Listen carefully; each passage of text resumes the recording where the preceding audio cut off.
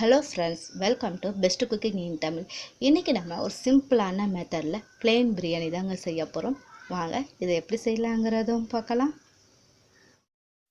இப்போ நம்ம சிம்பிளான ஒரு பிரியாணி தான் செய்ய போகிறோம். இதுக்கு நான் வீட்டரிசி ஒரு 3 டம்ளர் எடுத்துருக்கேங்க. இதை நல்லா 2-3 தடவை வாஷ் பண்ணிவிட்டு ஒரு 20 நிமிஷம் ஊற வச்சுருங்க. ஸோ இப்போ அடுப்பு ஆன் பண்ணி ஒரு குக்கர் ஒன்று வச்சுக்கோங்க.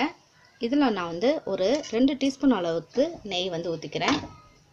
ஸோ நெய்யும் நம்ம எண்ணெயும் கலந்து ஊற்றுறதுனால நான் அது ஒரு 2 டீஸ்பூன் அளவுக்கு நான் ஊற்றிக்கிறேங்க. ஸோ நெய் மட்டும் ஊற்றுறதா இருந்தால் ஒரு 4 டீஸ்பூன் அளவுக்கு ஊற்றிக்குங்க. ஸோ இப்போ எண்ணெயும் நெய்யும் கொஞ்சம் காயட்டுங்க. இப்போ நான் இதில் ஒரு பட்டை, 2 ஏலக்காய், கொஞ்சமாக கல்பாசி எடுத்துக்கோங்க, 3 கிராம்பு எடுத்துக்கங்க, ஒரு அன்னாச்சிப்பூ, 2 பிரிஞ்சி இலை எடுத்துக்கோங்க. ஸோ எல்லாம் இதை போட்டுடலாம்.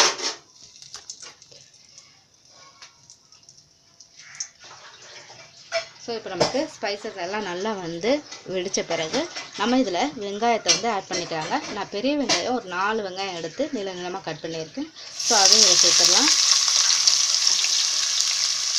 சேர்த்துட்டு இது என்ன பண்ணுறீங்கன்னா நல்லா பொன்னிறமாக வர வரைக்கும் நல்லா வதக்கிடுங்க. பாருங்கள், வெங்காயம் இப்போ நமக்கு நல்லா பொன்னிறமாக நல்லா வதங்கிடுச்சு. இப்போ இதில் நம்ம இஞ்சி பூண்டு விழுது சேர்த்துக்கலாம். நான் ஒரு 2 டீஸ்பூன் அளவுக்கு இஞ்சி பூண்டு விழுது ஆட் பண்ணிக்கிறேன். ஸோ இதோட பச்சை வாசனை போகணும். ஸோ இதை லோ ஃப்ளேமில் வச்சுக்கோங்க. ஸோ அடுத்து நம்ம இதில் தக்காளி ஆட் பண்ணிடலாம். நான் பெரிய தக்காளி ஒரு 3 தக்காளி எடுத்துருக்கேங்க. அதுவும் நீளமாக கட் பண்ணிருக்கேன். அதையும் இதில் சேர்த்துருங்க. இதோட பச்சை மிளகாய் நான் ஒரு 5 பச்சை மிளகாய் எடுத்துருக்கேன். அதையும் இதில் போட்டுருக்கேன். ஸோ இதே நல்லா வதக்கிடுங்க. பாருங்கள், தக்காளி நல்லா வதங்கிடுச்சு. இப்போ நம்ம இதில் ஆட் பண்ணிக்கலாம் மசாலா பொருட்கள்லாம். ஸோ மசாலா நான் 1 ஸ்பூன் அளவுக்கு இதில் மிளகாய்த்தூள் ஆட் பண்ணியிருக்கேன். ஏன்னா ஏற்கனவே நம்ம பச்சை மிளகாயும் ஆட் பண்ணியிருக்கோம். ஸோ உங்களுக்கு காரத்துக்கு ஏற்ற மாதிரி நீங்கள் ஆட் பண்ணிக்கோங்க. ஸோ அதே மாதிரி நான் பிரியாணி மசாலாவும் 1 ஸ்பூன் அளவுக்கு நான் ஆட் பண்ணிக்கிறேன். ஸோ இதில் கொஞ்சமாக என்ன பண்ணுறீங்க, மல்லி புதினா பாதி அளவுக்கு போட்டுங்க. பாதி நம்ம அப்புறமா போட்டுக்கலாம். ஸோ இதை போட்டுட்டு இதில் என்ன பண்ணுறீங்க, தயிர் ஆட் பண்ணுங்கள். தயிர் ஒரு நம்ம இப்போ நம்ம 3 டம்ளர் போட்டிருக்கோம். அதனால் ஸோ நம்ம என்ன பண்ணுறீங்க, ஒரு 50 கிராம் அளவுக்கு தயிர் ஆட் பண்ணிக்கோங்க. ஸோ தயிர் ஆட் பண்ணிவிட்டு, தயிர் தாங்க இதுக்கு நமக்கு ரொம்பவும் நல்லாயிருக்கும் பிரியாணிக்கு. இது எல்லாத்தையுமே நல்லா மிக்ஸ் பண்ணிடுங்க. ஸோ இதில் ஒரு பாதி லெமன் புழிஞ்சு விட்டுக்குங்க. ஸோ புளிஞ்சிட்டு திருப்பியும் இதை ஒரு தடவை நல்லா மிக்ஸ் பண்ணிடுங்க.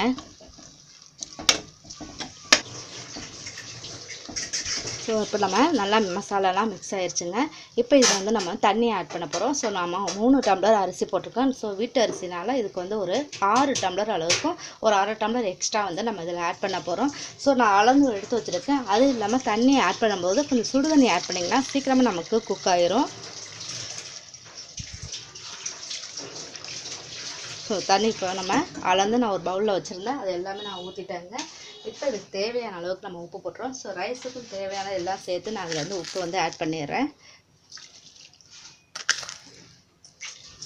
ஸோ ஆட் பண்ணிவிட்டு இதை நல்லா ஒரு மிக்ஸ் பண்ணிடுங்க.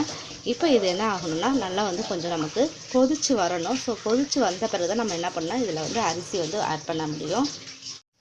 ஸோ பாருங்கள், இப்போ நமக்கு தண்ணி நல்லா கொதிக்க ஆரம்பிச்சிட்டு இப்போ அடுப்பை நல்லா லோ ஃப்ளேமில் வச்சுருங்க. வச்சுட்டு இப்போ நம்ம அரிசியை போட்டுடலாம். தண்ணியை நல்லா வடிச்சிட்டு அரிசியை போடுங்க. ஸோ இப்போ நம்ம அரிசி எல்லாத்தையும் போட்ட பிறகு நல்ல ஒரு கிளறிட்டு உப்புலாம் கரெக்டாக இருக்காங்கிறத பார்த்துக்கோங்க. இப்போ நம்ம என்ன பண்ணலாம், ஃப்ளேமை கொஞ்சம் ஹையில் வச்சுருங்க. வச்சுட்டு இது குக்கர் மூடியே தான் போட போகிறேன். ஸோ நான் விசில் வைக்கலை, சாதாரணமாக தான் மூடி வைக்கிறேன். ஸோ நீங்கள் விசில் வைக்கிறது இருந்தால் கரெக்டாக 2 விசில் வைங்க, உங்களுக்கு கரெக்டாக வந்துடும். ஸோ நான் விசில் வைக்காமல் இது செய்கிறேன். அதனால் சாதாரண சும்மா மூடி போடுங்க, டைட் பண்ணாமல். ஸோ மூடிட்டு இது நல்லா கொதிச்சு உங்களுக்கு இந்த ரைஸ் ஒரு 50% வேகின பிறகு தான் நம்ம இது தம்மில் போட போகிறோம். ஸோ அது வரைக்கும் இது அப்படியே இருக்கட்டும்.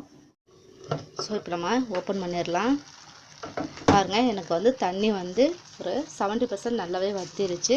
இந்த மாதிரி டைமில் என்ன பண்ணுறீங்க, அடுப்பை நல்லா லோ ஃப்ளேமில் வச்சுருங்க. ஸோ வச்சுட்டு இது ஃபுல்லாக ஒரு கிளறி விட்டுருங்க.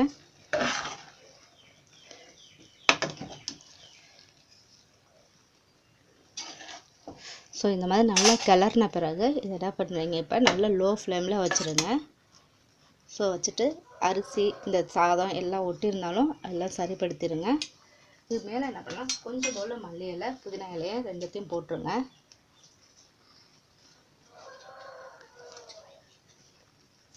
போட்டுட்டு இப்போ வந்து நம்ம குக்கரை வந்து மூடி போட்டு இப்போ இதை என்ன பண்ணிங்கன்னா ஃபுல்லாக மூடிடணும். ஸோ நல்லா வந்து ஃபுல்லாக வந்து மூடிடுங்க. மூடிட்டு கரெக்டாக இது வந்து ஒரு 10 நிமிஷம் அப்படியே லோ ஃப்ளேம்லேயே இருக்கட்டும். கரெக்டாக 10 நிமிஷம் இருக்கட்டும்ங்க. அதுக்கப்புறம் நம்ம வந்து இதை ஓப்பன் பண்ணி பார்த்துடலாம். ஸோ இப்போ நம்ம வந்து லோ ஃப்ளேமில் ஒரு 10 மினிட்ஸ் நான் வச்சுட்டாங்க. வச்சு இதை இறக்கிட்டேன். ஸோ இதோடைய வந்து உங்களுக்கு விசில் வந்து நம்ம டக்குன்னு எடுக்கக்கூடாது. இதில் உள்ள ஸ்டீம்லாம் நமக்கு வெளியான பிறகு தான் நம்ம என்ன பண்ணணும், குக்கரை வந்து ஓப்பன் பண்ணணும். ஸோ இப்போ நம்ம வந்து ஓப்பன் பண்ணிடலாங்க. பாருங்கள், இப்போ நமக்கு ஒரு அருமையான சூப்பரான ஒரு எம்டி பிரியாணி நமக்கு ரெடி ஆயிடுச்சுங்க. ஸோ இதை வந்து நீங்கள் என்ன பண்ணுறீங்க, நல்லா அப்படி கிளறி விட்டால் உங்களுக்கு தெரியும் அந்த கலர் நல்லா உங்களுக்கு சூப்பராக வந்துருச்சு பாருங்கள். இதுக்கு சைடிஷாக வந்து நமக்கு தயிர் வெங்காயம் வச்சு சாப்பிட்லாம், முட்டை வந்து கிரேவி வச்சு சாப்பிட்டா ரொம்ப அருமையாக இருக்குங்க.